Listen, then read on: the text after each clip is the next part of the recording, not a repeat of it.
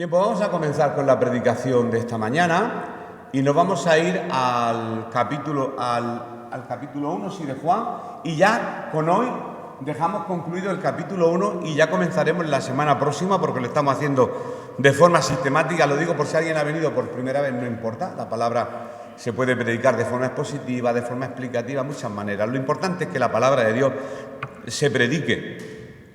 Vamos a ver los últimos versículos que van desde el 35 al 51 y el título son los primeros discípulos.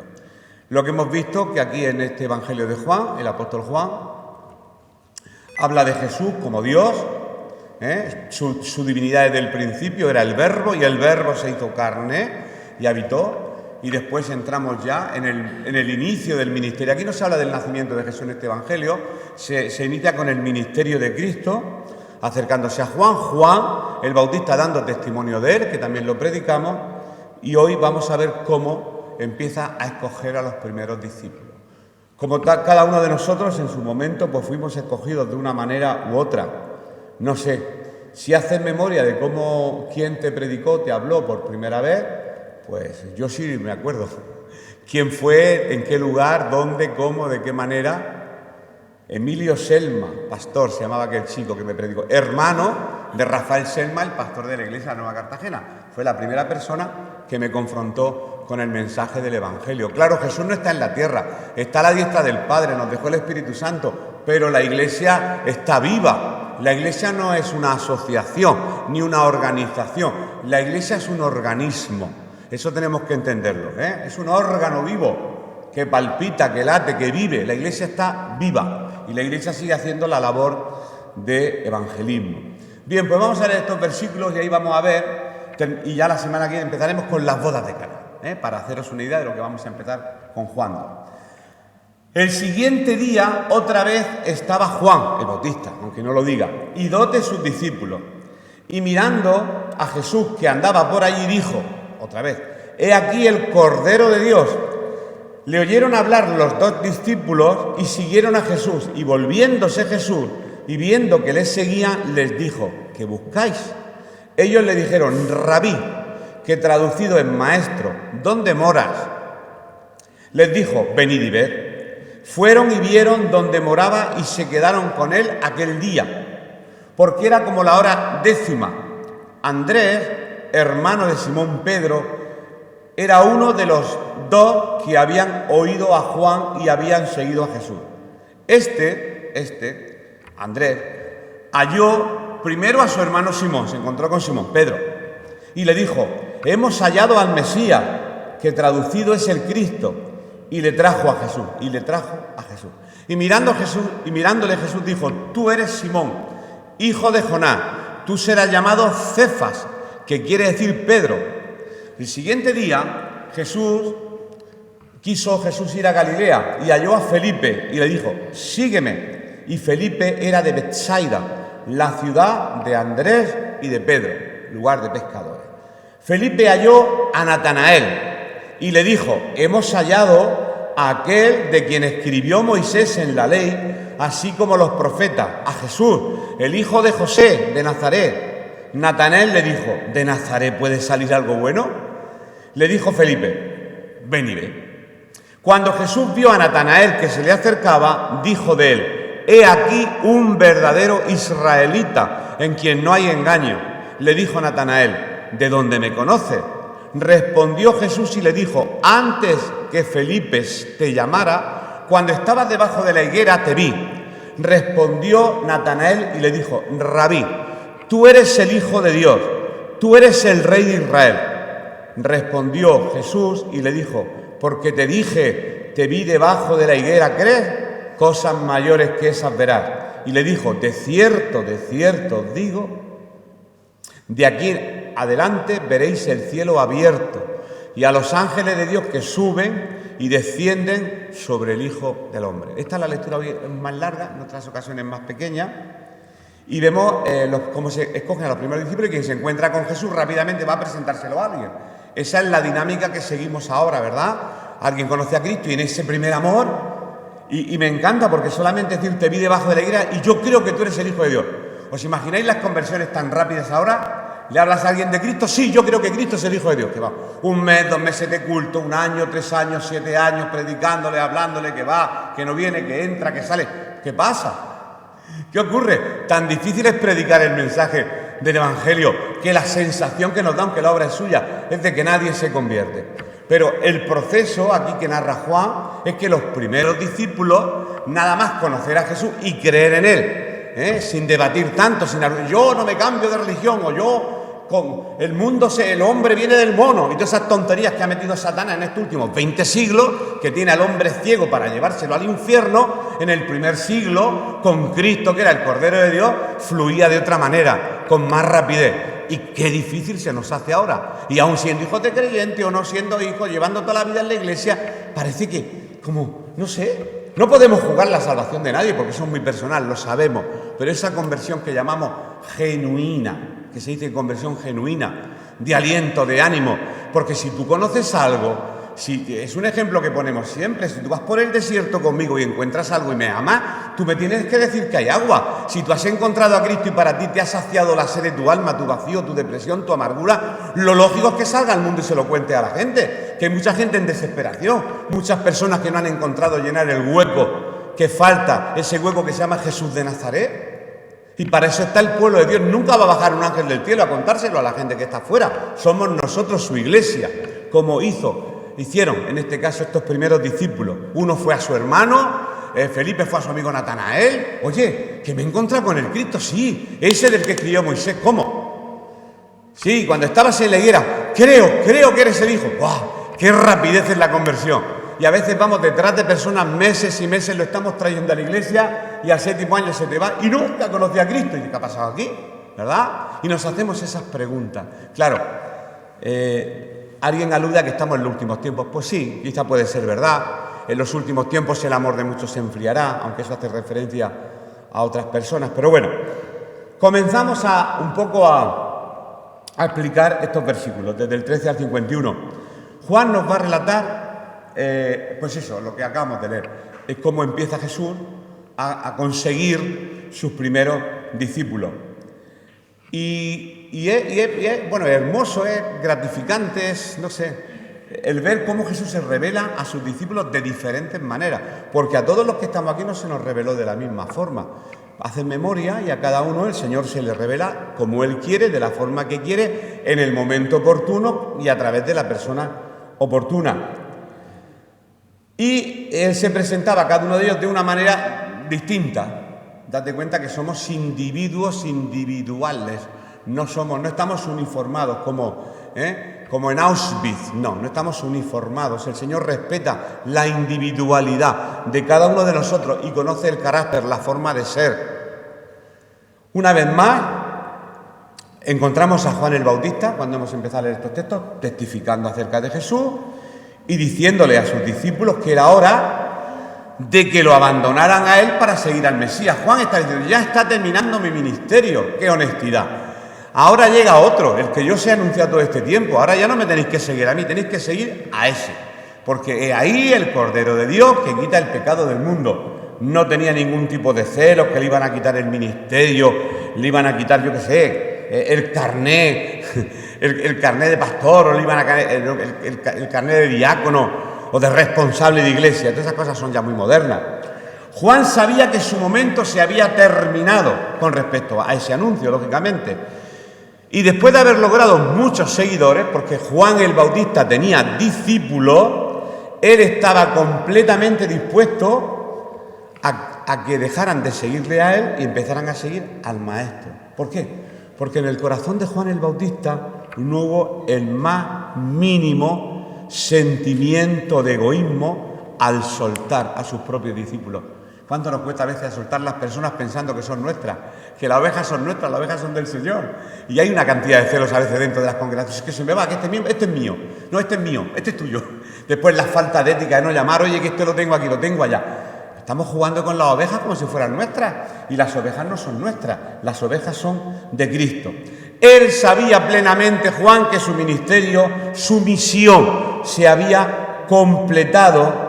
Y era la hora ya de que Cristo se introdujera para comenzar su ministerio, ese ministerio del que se ha hablado tanto y todos sabían esta mañana de 3 años hasta que fue crucificado allí en Jerusalén.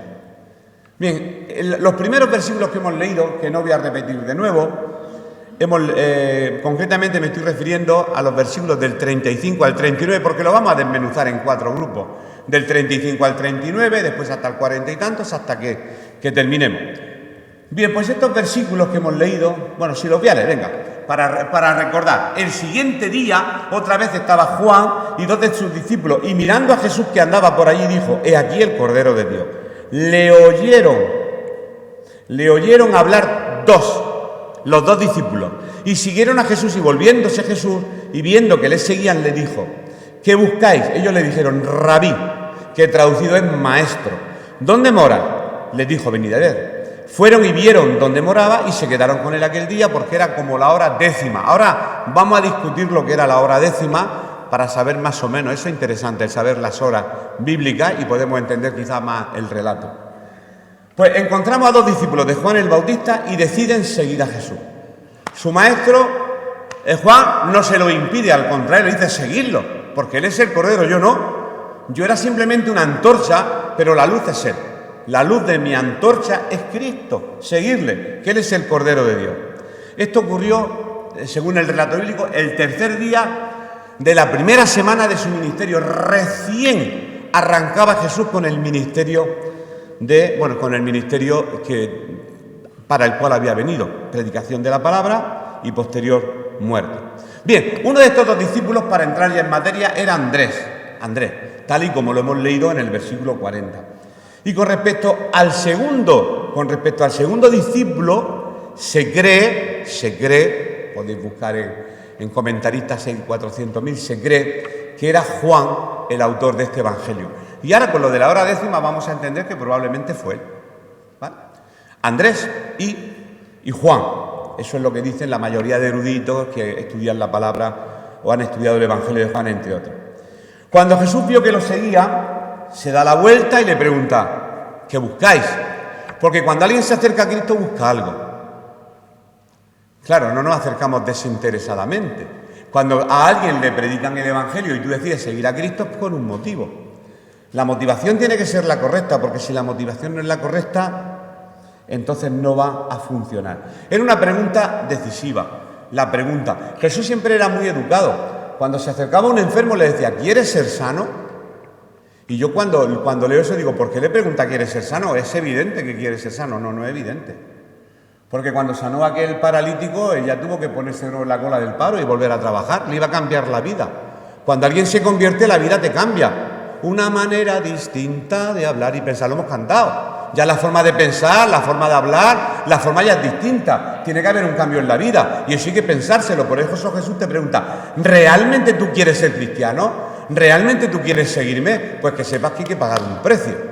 No solamente te he levantado de la camilla, ahora al campo, a recoger lechuga. ¿Cómo? Sí, te ha cambiado la vida, una forma distinta, una óptica distinta, una manera distinta de ver la vida. Ya no vas a estar postrado esperando que te den limosna o que se remuevan las aguas para entrar dentro del estanque de Betesda.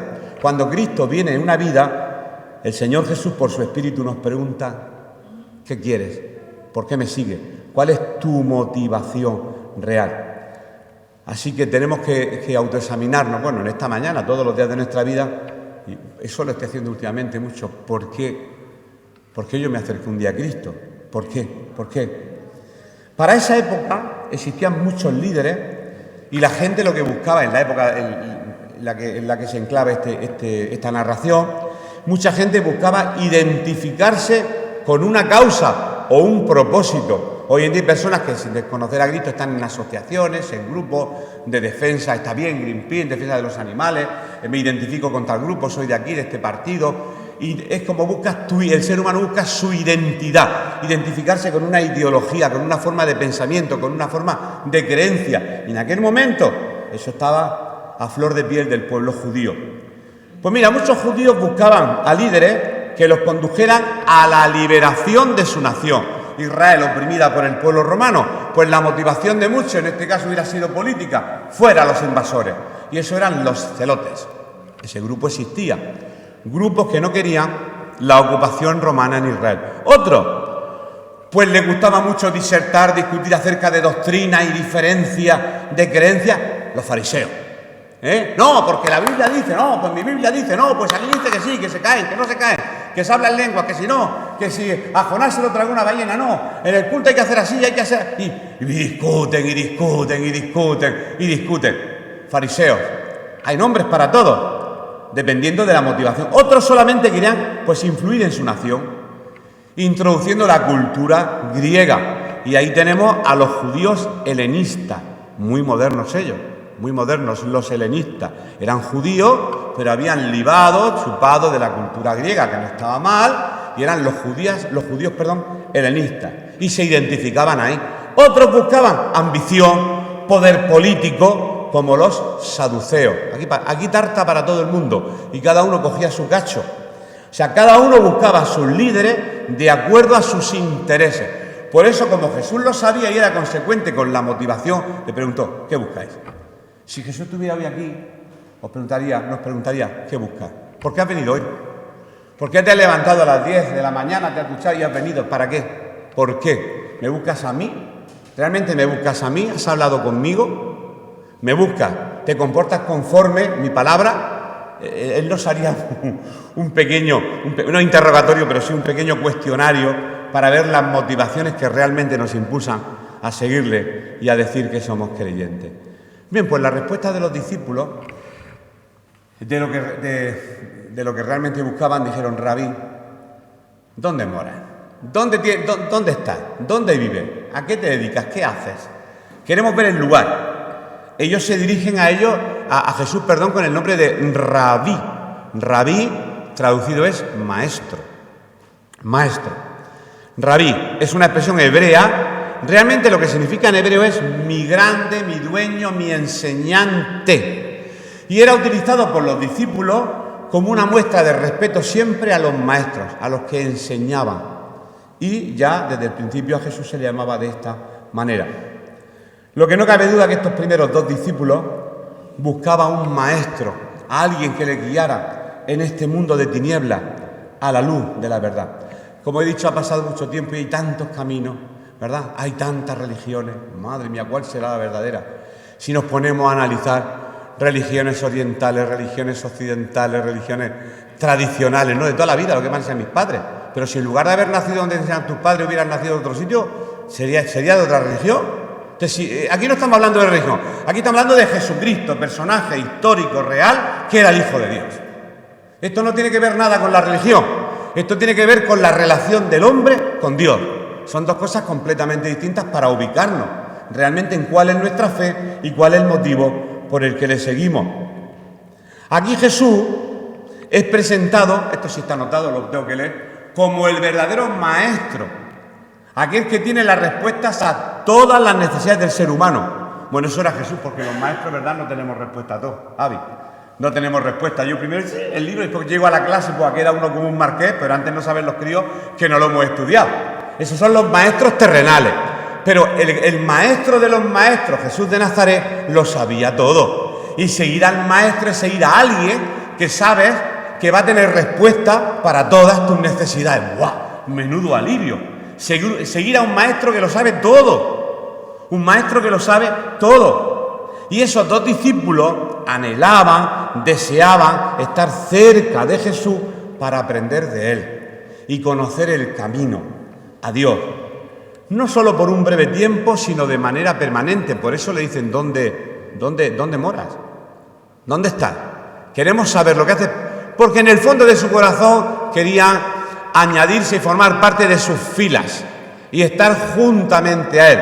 Y lógicamente desde el primer momento creyeron en él.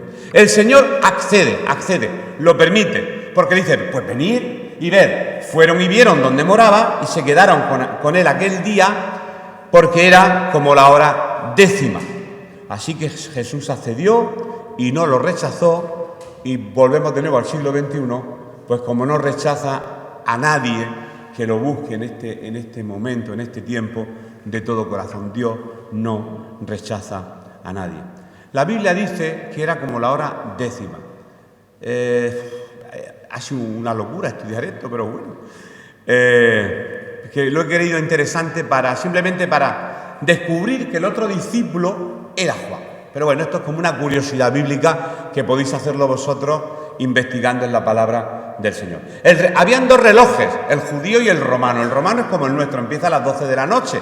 A las 12 de la noche de hoy, empieza el lunes. Pues en Israel, cuando se ponga el sol hoy, es lunes. Cuando se ponga el sol hoy, es lunes.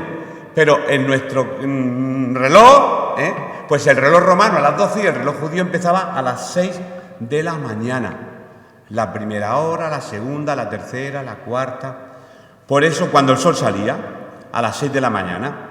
Por lo que era, vamos a sumar 6 y 10, en la hora décima, 16, las 4 de la tarde. La hora décima, según el reloj judío, las 4 de la tarde. Esto es una curiosidad. La parte espiritual viene después. Pero bueno, vamos a dar también una parte de conocer un poco el reloj. Hay otros que opinan que Juan no estaba utilizando el reloj judío, sino el romano, donde el día comenzaba, como he dicho y repito de nuevo, a medianoche, como lo hacemos nosotros en España. Cuando son las 12 y un segundo, ¡pum!, ya es el día siguiente. Vale, pero lo que hay que hacer es leer más a Juan y comparar todos los textos. No vamos a buscar todos estos textos. Por ejemplo, en Juan 4:6, 4:52, 11:9, 19:14, todas las horas que Juan a las que hace referencia está según el tiempo romano. Por lo tanto, claro, los eruditos se preguntan cómo es posible que a lo largo de todo su evangelio haga alusión a una hora romana y precisamente aquí haga alusión a una hora judía. No. Mira, Marcos 15:25, que si podemos leerlo, dice lo siguiente. Marcos 15:25, que no es Juan. Esto es un evangelio sinóptico. Lucas, Marcos y Mateo. Y Juan, un libro no sinóptico. Marcos 15:25 dice que era la hora tercera cuando le crucificaron. Pero Juan 19:14 dice eso no hace falta que lo pongas, como la hora sexta. Entonces aquí parece que hay un lío, no hay lío ninguno. Mirad, en Marcos 15:25 cuando dice que era la hora tercera eran las 9 de la mañana. Las 9 de la mañana. Y Juan dice era como la hora sexta, y según el calendario romano, la hora sexta era las 6 de la mañana, como que en España la hora sexta a las 6 de la mañana, pero a las 6 de la mañana cuando Pilato le dijo, aquí lo tenéis, y concuerda, lo entrega a las 6, lo crucifican a las 9. Por lo tanto, deducción de todo este mini rollazo de horas, se supone que Juan alude, porque él es el escritor de esta carta, que era la hora décima, porque él era el escritor de la carta y sabía la hora que él había seguido al maestro. Pilato entregó a Jesús para ser crucificado a la hora sexta, tiempo romano, a las 6 de la mañana, y fue crucificado a la hora tercera, tiempo judío, es decir, a las 9 de la mañana. Concuerda perfectamente y se deduce, casi todos los autores que he podido leer para esto, concuerdan en lo que estoy diciendo en esta mañana. Así que el hecho de que Juan conociera la hora, el que lo está escribiendo, lo que nos da es la idea de que él era uno de estos dos discípulos. Por lo tanto, ya hemos pillado a los dos primeros discípulos y ahora hablaremos de los siguientes, porque no vamos a hablar de todo. De hecho, el título que hemos puesto a la predicación es Los primeros discípulos. Seguimos, el discípulo que lleva a otros a Cristo. No es lo mismo discípulo que cristiano, Discípulo viene de disciplina. Cristiano es creer en Cristo. Pero una vez que el barro es barro, que es cristiano, el cristiano es el barro. Después tiene que llamar al alfarero y decirle, discípulame. Y entonces cuando el alfarero mete la mano en el barro, y ahí es cuando nos duele, porque empieza a moldear nuestra vida, a moldear nuestra forma de pensar, a moldear nuestros criterios, a moldear nuestras prioridades, y ahí es cuando ya podemos decir que somos discípulos. Porque ser cristiano es fácil, ser discípulo es más complicado. Porque tienes que decir, heme aquí, Señor, y ni se te ocurra decirlo si no es de todo corazón, porque como empiece el Señor a obrar en tu vida, nos vamos a enterar lo que vale un peine. Nos vamos a enterar lo que realmente es ser cristiano. Discípulo de Cristo, discípulo, disciplina, es lo que hay. Es lo que hay. Andrés, hermano de Simón Pedro, hemos leído, era uno de los dos que habían. Voy a leer, pues vale, perdón. El del 40, 41 y 42. Dice, Andrés, hermano de Simón Pedro, era uno de los dos que había oído a Juan y habían seguido a Jesús. Este halló primero a su hermano Simón y le dijo: hemos hallado al Mesías, que traducido es el Cristo. Y le trajo a Jesús, y mirándole Jesús dijo: tú eres Simón, hijo de Jonás, tú serás llamado Cefas, que quiere decir Pedro. Vale. Y ahora vamos a darnos cuenta de una cosa. Resulta que el primero que escucha el Evangelio se queda de secundón. Y el segundo que escucha el Evangelio es el más importante en la palabra. Para que veas que Él escoge a quien quiere, como quiere, de la manera que quiere y lo pone donde Él quiere. Esto no es cuestión de, dicen, la veteranía es un grado, en Cristo no. La veteranía es un grado. Pues yo llevo 37 años convertido, tú que llevas 3 meses nada más. ¿Y tú qué sabes lo que el Señor va a hacer con esa persona? Porque Andrés fue a su hermano Pedro, pero Pedro es el protagonista de casi todos los evangelios. Y lo vamos a ir viendo ahora mismo. En estos versículos que acabamos de leer se nos sigue narrando pues los acontecimientos del tercer día del ministerio de Jesús. Hemos visto a Andrés, en esta vez testificándole acerca de Jesús a su hermano: hermano, que me he encontrado con el Cristo, me he encontrado con Cristo. Y Pedro parece en ese momento que es secundario, porque Andrés es el importante, es el que decide seguirle, va a casa y se lo cuenta. Pero Dios tiene sus planes con cada uno de nosotros. Andrés llegó a ser uno de los 12 apóstoles del Cordero, al igual que su hermano Pedro. Igual, pero no tuvo la misma popularidad. Por lo tanto, en Cristo no tenemos que buscar popularidad. La popularidad no sirve en Cristo. La popularidad no la tuvo la misma que su hermano. Por ejemplo, pues Andrés siempre vivió a la sombra de su hermano Pedro, siempre. Nunca llegó a formar parte del grupo íntimo de Jesús como su hermano. Jacobo y Juan lo fueron, pero Andrés como que no. El nombre de Pedro se encuentra con más frecuencia en el Evangelio que el nombre de Andrés. Y en Hechos de los Apóstoles es Pedro uno de los principales líderes que se sobresale en las páginas de este Evangelio. ¿Quién se puso en pie el último y gran día de la fiesta, o cuando llegó el día de Pentecostés? Pues fue Jesús. ¿Cuándo? ¿Qué iba a decir? El primer mensaje, la primera predicación después de la unción del Espíritu Santo en el aposento alto, Pedro. La primera predicación, Pedro, 3.000 se convirtieron. Un mensaje inaudito que hay que leerlo de cabo a rabo. El primer mensaje, Ahí tiene homilética, hermenéutica y todas las éticas que tú quieras dentro de ese mensaje, perfectamente construido por Pedro, por un pescador. Y lo llevó su hermano a Cristo. ¿Cuántas personas podemos llevar a Cristo? No tienen ni idea lo que Dios puede hacer con sus vidas. Ni idea. Y no pienses que por llevar tu más tiempo yo lo he llevado yo soy su padre espiritual. Bueno, pero Dios tiene a lo mejor un plan con él. ¿Quién te lo imagina? Lo quiere llevar a China a una gran misión, no sé, y que se conviertan miles de personas. Aparte de esto, Pedro es el autor de 2 cartas. Su hermano no tiene ninguna carta, pero Pedro tiene 2 cartas en el Nuevo Testamento. Sin embargo, Pedro no hubiera existido si Andrés nunca lo hubiera llevado a Jesús. Por lo tanto, lo importante de un creyente no tiene que ser tan egoísta de convertirse y recibir la salvación, sino llevar a otros a Cristo.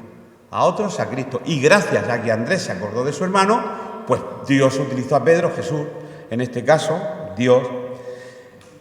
Y esto nunca le importó a Andrés. Él no se veía como el secundón. ¿Qué va? Porque su deseo era estar cerca de Jesús. Y si tu deseo es estar cerca de Jesús, pues no. Pero es humano. Nos importa el reconocimiento a todos. Podemos decir misa. Nos importa el reconocimiento, aparecer en los listados, aparecernos. Nos importa que nuestro nombre aparezca, que se nos reconozca. Es muy humano. Y todos podemos caer en eso. Pero la motivación real de Andrés, fíjate, la de llevar a su hermano, que después Dios lo utilizó tanto, era estar cerca de Jesús y nunca buscó la popularidad. Y el nombre de Andrés aparece solamente 3 veces en este Evangelio. Mira, la primera es donde trae Pedro a los pies, se trae a su hermano. La segunda, cuando trae un muchacho con 5 panes y 5 peces. Es el secundón. Yo tengo una aplicación al respecto, llamamos el secundón. Y el secundón es el hermano de Pedro. La segunda vez, cuando trae un muchacho, oye, que aquí hay un muchacho que tiene tantos panes, fue previo a la multiplicación. Y por tercera vez aparece cuando él y Felipe pues llevan unos griegos para que conocieran a Jesucristo. 3 veces nada más aparece. ¡Pum! Y desaparece de escena. Como un papel secundario en una obra de teatro. En 5 horas con Mario es una obra donde solamente habla una persona, un monólogo que dura un montón de tiempo. Ese es el papel y único papel de la obra del protagonista. Pero hay otras obras donde veis cualquier película y después están los actores secundarios que hablan 2 o 3 frases, pero todos forman parte del elenco. Ese reparto, esos créditos que salen al final de cada película, todos los nombres, si quitas uno de ellos, a lo mejor no fue posible el vestuario, o el maquillaje, o el atrezo. Por lo tanto, todos y cada uno de nosotros somos importantes en la obra de Dios. Hagan lo que haga y dedique el tiempo que dedique. Todos somos igual de importantes en la obra del Señor. Sigo adelante. Andrés era una persona que amaba llevar a otros a Cristo. Hay gente que por naturaleza es evangelista y le gusta llevar gente a la iglesia. Eso es muy interesante para que puedan escuchar el Evangelio. Y aclara para sus lectores griegos que el término hebreo Mesías significa el Cristo. Y eso literalmente quiere decir el ungido, el Cristo, el ungido. Tanto Mesías como Cristo significan ungido. Cuando Jesús vio al hermano de Andrés, cuando vio a Simón, le dijo: tú eres Simón. Después le cambiaría el nombre. Tú eres Simón, hijo de Jonás. Tú serás llamado Cefas, que quiere decir Pedro. Mirad, en ocasiones, lo hemos visto a lo largo de muchos estudios, Dios acostumbraba a cambiar el nombre a las personas que había escogido. Porque el nombre, en la terminología hebrea, tiene un significado, imprime carácter. Quizás el nombre ahora pues no tiene tanta importancia. Bueno, quizás en nuestra cultura, en la cultura hebrea, sí lo tenía. Y lo hemos visto, lo vemos con Abraham, padre exaltado, lo cambia a Abraham, porque los hebreos pronuncian la H como J aspirada, como los andaluces. La naranja, pues lo mismo, Abraham, que quiere decir padre de multitudes. Hay un cambio de nombre porque hay un cambio de actitud, un cambio de misión y un cambio de llamado. A Jacob, como hoy dice la amiga vieja, a Jacob, usurpador, mentiroso, le llamó Israel, le cambió el nombre a Israel, que quiere decir el que pelea con los hombres y Dios y vence, allí en Peniel, en esa lucha que tuvo toda la noche Jacob. A Saulo de Tarso lo conocemos después que inició su ministerio con el nombre de Pablo, Paulus, que quiere decir pequeño. Hubo un cambio de nombre en el momento en que Dios le hizo el llamado. Y también era una costumbre judía colocarse un sobrenombre, como aquí llamaríamos un mote, ¿verdad? Hay personas que las conocemos por su nombre y por el mote. ¿Por qué? Por la influencia griega que había sobre el pueblo judío. Pero tenemos ejemplos bíblicos. Ejemplo, Tomás era llamado Dídimo. ¿Por qué? Porque Tomás es en arameo y Dídimo es en griego, nada más. Si aquí tuviéramos una invasión francesa, pues cualquiera que se llamara Paco diría: yo me llamo Paco y François. Claro, François en francés y Paco en español. Tabita en arameo y Dorcas en griego, que quiere decir gacela. Dídimo, que no le he dicho, quiere decir mellizo. Cefas en hebreo y Pedro en griego significan roca. Y aquí la discusión, que no vamos a entrar sobre esta roca porque ese no es el tema en esta mañana. Jesús no vio en Pedro a un pescador ignorante del vulgo, sin letra, sino en lo que vio era un hombre que podía usar poderosamente a pesar de sus muchas imperfecciones. Y todo podemos ir aplicándolo ahora a nuestro siglo. ¿Hay alguien aquí perfecto? Creo que no, ¿verdad? Tenemos muchas imperfecciones, pero todo está en la disposición, en la disposición. Así que Jesús lo que ve en nosotros no es lo que somos, sino lo que podemos llegar a ser. Como cuando fueron a buscar rey de Israel y a ungir a David, y sale Isaí con sus hijos y el pequeñajo estaba con las ovejas y el profeta decía que no, que ahí no estaba. Y cuando vio a David, no fue por la apariencia, fue por lo que Dios vio su corazón, lo que podía llegar a ser el futuro rey de Israel.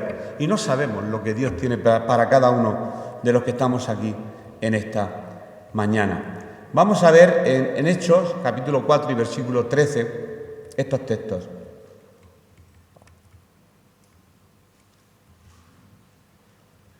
Lógicamente es la actitud y dejar que Él transforme. Aquí podemos verlo. Dice: entonces, viendo el denuedo es facilidad de palabra, el denuedo de Pedro y de Juan, y sabiendo que eran hombres sin letras y del vulgo, se maravillaban y les reconocían que habían estado con Jesús. porque Jesús tiene un poder transformador. No hablo de cultura intelectual, hablo de una cosa mucho más profunda, de sabiduría, porque la inteligencia y la sabiduría no tienen que ver nada. Dios nos hace sabios, que no inteligentes, que también, pero bueno, pero la sabiduría está por encima de la inteligencia. Vamos a ver los dos últimos discípulos y terminamos este apartado. Dos discípulos más de Cristo, ya hemos visto los dos primeros, vamos a por los dos siguientes. Bien, como son muchos versículos, son del 43 al 51, que es el último apartado que quería llegar en este momento, pues llegamos ya al cuarto día de la primera semana del ministerio de Jesús, donde él dice, bueno, pues ya me han seguido dos, ahora me voy a Galilea. Y en la región de Galilea, allí se encuentra con Felipe y le realiza el llamado directo. Sígueme. Directo, de unírsele como a Mateo, Leví, Mateo. ¿Te cuenta juego de nombre? Dice, soltó toda la mesa de los impuestos de los tributos y siguió al maestro. A Felipe también le hace un llamado, pero vamos, directo, sin rodeo, que se le una a la fila. Se dice que Felipe era de Betsaida, un pueblo de Israel, y el nombre significa lugar de pesca, lugar de redes, por eso todos eran del mismo lugar, Felipe, Pedro, Andrés, bueno, Simón, todavía no es Pedro. A esta altura no es Pedro, es Simón. Inmediatamente después que le hizo el llamamiento a Felipe, ¿qué hace Felipe? Pues no pudo soportar el hecho de testificarle a otros. La necesidad innata que hay en un recién convertido es predicarle a otros de Cristo, si no falla algo. La necesidad innata, pero eso es que está en los genes. Si tú conoces a Cristo, tú tienes que compartirlo con los demás, si no falla algo. Si no es religión, no es salvación. Rápidamente, oye, que he encontrado la verdad. Pero ¿cómo no le vas a decir a los tuyos dónde está la verdad? ¿Cómo no le vas a decir a tus amigos, a tus familiares más cercanos que la vida se encuentra en Cristo? ¿Te va a gustar que mueran y se pierdan y eternamente estén alejados de Dios? O irás directamente a decirle que Cristo es el camino, la verdad y la vida y que fuera de Cristo no hay salvación. Es lo lógico, es lo normal en un creyente convertido. Y él, Felipe, no pudo soportar ese deseo. ¿Y a quién se lo dijo? Pues a su amigo Natanael, a su amiguico del alma. Que ahora vamos a descubrir que Natanael era Bartolomé. Pero bueno, se lo dice a Natanael. Va a Natanael. Felipe halló a Natanael y le dijo, hemos hallado a aquel de quien escribió Moisés en la ley, así como los profetas, a Jesús. Y aquí podemos parar un momento para ver lo que es la profecía mesiánica. Hay una forma apologética de defender la fe cristiana a través de la profecía mesiánica, porque los escritos de la Biblia se encuentran, se encuentran, que están, que son tangibles. Es verdad que la fe no se ve, pero hay escritos que son tangibles. Y entonces cualquier persona que quisiera estudiar descubriría que los cristianos no somos tontos y que no estamos siguiendo una religión más, sino una realidad verificable con datos arqueológicos, con datos de literatura, con historiadores. Vamos a entender ya que el Evangelio, ¿cómo nos vamos a avergonzar de un Evangelio que es súper, hiper, mega demostrable? Vas a las profecías y encuentras en Isaías, he aquí una virgen concebirá y dará a luz un hijo, le pondrá por nombre Emmanuel, que quiere decir Dios con nosotros. Y será levantado tal y se verá su hueso y no será ninguno quebrado. Y será vendido por 30 piezas de plata. Todo lo que se dice de Jesús. Los cientos y cientos de profecías se escribieron 500, 600 y 700 años antes. Y esta es la guerra que tengo en los institutos y me está funcionando. Avi, que lo sepas que me está funcionando esta guerra. No guerra, esta lucha de predicar el Evangelio. Busca los textos, analízalos y se darán cuenta que es cierto, que está escrito y que después ocurrió. Otra cosa es arrepentirse y convertirse. Eso es otra cosa, demostrarlo, lo podemos demostrar. Ahora hay que dar el paso. Ay, que me voy a cambiar de religión a esta altura me tengo que cambiar de religión. Ahora, pero si yo toda la vida, esos temores y esos miedos, si es fácil, es tan sencillo, que por eso la gente no se convierte, lo fácil que es. Es fácil. Los prejuicios, la historia, las religiones, hay ese peso, esa plancha que Satanás ha puesto sobre el ser humano para condenarle. Cuando solamente hay que decir, Cristo, creo en ti y te seguiré todos los días de mi vida. ¡Qué maravilloso! Y ahí empieza una vida nueva en Cristo Jesús. Pues eso hizo. Habló con Natanael y he encontrado a aquel de quien los profetas ya profetizaron. Pero Natanael no se lo creyó. Mira, aquí tenemos ya alguien que se parece a los habitantes del planeta Tierra siglo XXI. ¿Tú de qué eres, protestante? ¿De qué iglesia? Ah, esa que está cerca de la cárcel. Ah, sí, son los protestantes de... Pues esos no creen en la Virgen. Eso, ¿cuántas veces lo habría oído esas cosas? ¡Buah! Así, en el argot, en la cultura. Bueno, y Natanael no se lo cree. ¿Sabes por qué? Porque tenía prejuicios contra el pueblo, contra los de Nazaret, habitantes de Nazaret. Natanael dijo, ¿de Nazaret puede salir algo bueno? Te imagínate que alguien te dijera, con el respeto a todas las barriadas, yo soy de las 600 cuando era un barrio normal, ahora no un barrio tan normal. Pero imagina, hemos encontrado al Cristo de las 600. Y entonces Avi, que está dando clase en las 600, tiene más de 200 alumnas. ¿De las 600 va a salir algo bueno? Que me lo digan a mí, que conozco allí a todos los habitantes del pueblo. ¿De Nazaret? ¿De Nazaret es el Cristo del que habló Isaías, Jeremías, Ezequiel y Daniel? ¿Cómo? Imposible. No se lo creyó. Pero cuando tú le prediques el Evangelio a alguien y no se lo crea, ¿sabes lo que tienes que hacer? Exponerlo a la palabra, exponerlo a Cristo, no convencerlo, no argumentar tanto, exponerlo a su palabra, como lo hizo, mira qué bien lo hizo Felipe. Sabía que solo Jesús podía demostrarle el error en el que se encontraba Natanael, ya que los argumentos humanos se desbaratarán siempre ante la verdad. Te pueden dar los argumentos. Si Dios es tan bueno, ¿por qué permitió que se me muriera tal persona? Si Dios es bueno, ¿por qué tengo yo un sobrino nieto que tiene un cáncer? Si Dios es tan bueno, ¿por qué ha permitido esto? Si Dios es tan bueno, y podemos buscar todas las excusas que queramos, las que queramos. En ese caso esta, pero podemos buscar muchas más excusas. Si Dios nos ama tanto, ¿por qué no se muestra? ¿Por qué no se manifiesta? Que ya se manifestó. Que vino aquí a los 5.000 kilómetros de Cartagena, allí en Belén, y se manifestó diciendo que él era el Cristo. Y le escupieron y lo crucificaron y nadie creyó en él. ¿Qué quiere? ¿Que Cristo se te aparezca? ¿Os imagináis una aparición en esta mañana aquí en este local? ¿Sabéis lo que pasaría? Que saldréis corriendo a la puerta si aquí hay una manifestación espiritual. Y encima te diréis que es un truco de magia, un holograma que se ha proyectado. ¿Os dais cuenta que la salvación no es por ver milagros? Solamente es por arrepentimiento.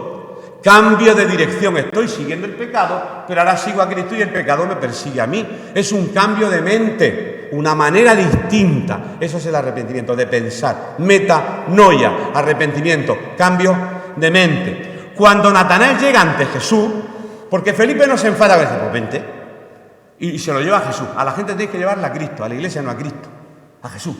El mensaje vuestro tiene que ser a Jesús, Jesús. No discutís si protestantes, si católicos, a Jesús. A la gente hay que llevarla a Jesús, lo lleva ante Jesús. Y le dice, he aquí un verdadero israelita en quien no hay engaño. ¿Y qué le está diciendo con eso? Hombre, porque Jesús conoce el corazón y sabía que era un israelita fiel, que asistía a la sinagoga, que era un hombre justo delante de Dios, que amaba a Dios. Él solo sabía Jesús de él. Y eso le impresiona. Le impresiona tanto a Natanael. Hombre, dice, tú eres un israelita. ¿Cómo sabe este hombre que yo amo a Dios? Dice, ¿de dónde me conoces? ¿De dónde me conoces tú para decirme eso? Solo Cristo conoce lo más profundo de tu ser. Tus intenciones quedan desnudas. Delante de Dios nuestras intenciones quedan completamente desnudas. Y por eso Jesús le sigue sorprendiendo. Le dice, mira, Felipe, antes que Felipe te llamara, cuando estaba debajo de la higuera, te vi. Y ahí fue donde Jesús dio en el clavo. Cuando estabas debajo de la higuera, ¿qué estaba haciendo este señor debajo de una higuera? La higuera en Israel significa justicia. Bueno, pues realmente estaría lo que es, hombre, se dice, se habla, se comenta, pero no está escrito en ningún sitio. Ciertamente estaría. ¿Qué estaba haciendo debajo de una higuera? Durmiendo la siesta, orando a su Dios, porque era un hombre muy piadoso. ¿Por qué oraría? Pues por la liberación, lo más seguro, porque hubiera justicia dentro de su pueblo. Y ya el Señor Jesús sabía, y ahí fue donde él cree, se rinde, delante del Señor se rinde, y le responde, y le dice, tú eres el Cristo, tú eres el Mesías. Ahí reconoce que realmente es el Señor. Cuando Natanael oye esto, se queda perplejo y le responde, mira las palabras. A la primera, no me lo creo, de Nazaret no sale nada bueno. Y cuando llevas a la gente a Jesús y dejas que sea Jesús el que le hable, que nosotros pensamos que hablando mucho y argumentando mucho, y el culto tiene que estar súper precioso, que no falle nada, están listos los micrófonos, no vaya a ser que la gente... No, pero si es Cristo el que convence de pecado, si no el micrófono, si no es la perfección en la predicación, si es el Espíritu de Dios quien convence los corazones de pecado. Y está bien que nosotros hagamos los cultos con lo más excelente posible. pero tenemos que llevar a la gente a Cristo. Lo lleva a Cristo y Cristo es el que le convence. Y responde, Rabí, tú eres el Hijo de Dios, tú eres el Rey de Israel. ¡Guau! ¡Qué confesión tiene Natanael! Y qué conversión más tremenda. Al final Felipe, pues no tuvo que discutir con Natanael acerca de sus ideales, sus creencias. Lo único que hizo fue, y esta es la enseñanza de esta mañana, ya termino, exponer a Natanael a Jesús. Tienes que exponer a la gente que le viene a Cristo, a Jesús. Como empiece, no, porque yo creo que empieces con Jonás y empiece con que si la Virgen es Madre de Dios, Madre de Jesús y las imágenes, y empecemos a perdernos por ese bosque, nunca hay solución. Nunca hay, en ese bosque nos perdemos todos. Tienes que exponerlo al mismo Cristo. ¿Cómo? Cristo dijo, Cristo dijo, Cristo dijo. Pero no, yo es que nunca hablo de iglesia y les molesta mucho. La gente religiosa les molesta mucho. No, yo no soy ninguna iglesia, yo amo a Cristo. Asisto a un local, sí, pero aunque no asistiera al local, sigo amando al mismo Cristo. Y eso es muy difícil entenderlo. No penséis que es tan fácil para el religioso comprender esto, que se pueda separar una cosa de la otra. Sigo hacia adelante, a ver lo que nos queda, porque... hombre, sí, este texto tenemos que leerlo. Segunda de Corintios 10, 4 y 5. Segunda de Corintios 10, 4 y 5. Pues nosotros tenemos que hacer eso, exponer a Cristo a aquellos que pudiesen oponerse al Evangelio, ya que solo Dios puede derribar. ¿Quién derriba los argumentos? ¿Un apologeta? Sí, pero realmente es Dios quien lo hace. Mira, porque las armas de nuestra milicia no son carnales, sino poderosas en Dios para la destrucción de fortalezas, derribando argumentos y toda altivez que se levanta contra el conocimiento de Dios y llevando cautivo todo pensamiento a la obediencia a Cristo. No hay argumento que se le resista a Dios cuando el Espíritu Santo convence de pecado. Hay una asignatura que se llama lógica, se estudia en filosofía aristotélica, que en una serie... Pues la lógica de Cristo es aplastante, pues está por encima de Aristóteles, le da 300.000 vueltas. Y los argumentos, cualquier argumento que te dé cualquier ser humano, son derribados por el poder de Dios. No hay argumentos para rechazar a Cristo. No hay ni un solo argumento para rechazar a Cristo. Siempre será tu obstinación, tu miedo. Es que no entiendo, es que llevo poco tiempo. Pues mira, este lleva menos. Jesús se lo dice a las 6, a las 6:10 y dice, yo sé que tú eres el Cristo, hijo del Dios viviente. Pues en un momento. Y parece que hace falta como un tiempo para. Bueno, eso es que no está ocurriendo nada. La conversión es instantánea. No es gradual, es instantánea. La salvación es instantánea, no es gradual. El conocimiento sí es gradual, pero la salvación no, es instantánea. ¿Cuándo ocurre? Un misterio. No puedo explicarlo en esta mañana. Posiblemente dicen algunos autores que Jesús se reiría, sonreiría, mejor dicho, cuando le dijo, ¿qué? Esto lo añado yo, ¿qué, nenico? Porque te dije que te vi debajo de la higuera, ¿crees? Ay. Pues mira, esto es poco, eso es poco. Si me sigues te vas a enterar lo que vale un peine. Vas a ver de todo, me vas a ver andando por encima de la mar, vas a ver cómo de 4 panes comen 5.000 personas, vas a ver la resurrección de un muerto. Eso es poco para lo que te espera, porque te he visto debajo de la higuera, eso es peccata minuta en comparación de lo que significa seguir a nuestro Señor, a Cristo.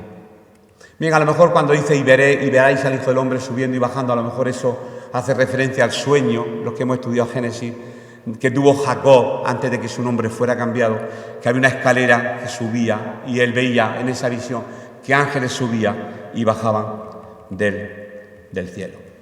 Así que, y con respecto a Natanael, lo explicaremos en otra ocasión, como no se le nombra en ningún otro evangelio y siempre a Felipe se le hace compañero de Bartolomé, se dice, se comenta, se habla, se rumorea y se estudia de que cuando hablamos de Natanael estamos hablando del mismo Bartolomé. Y ya esos son los deberes que tenéis, averiguarlo.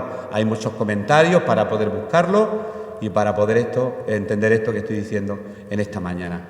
Y concluimos de la misma manera que Jesús escogió a cada uno de los discípulos, también nos escogió a nosotros, para poder llevar a otros al conocimiento de la verdad, exponer a la gente a Cristo, orar por ellos y que el Señor haga el resto. Hasta aquí la palabra.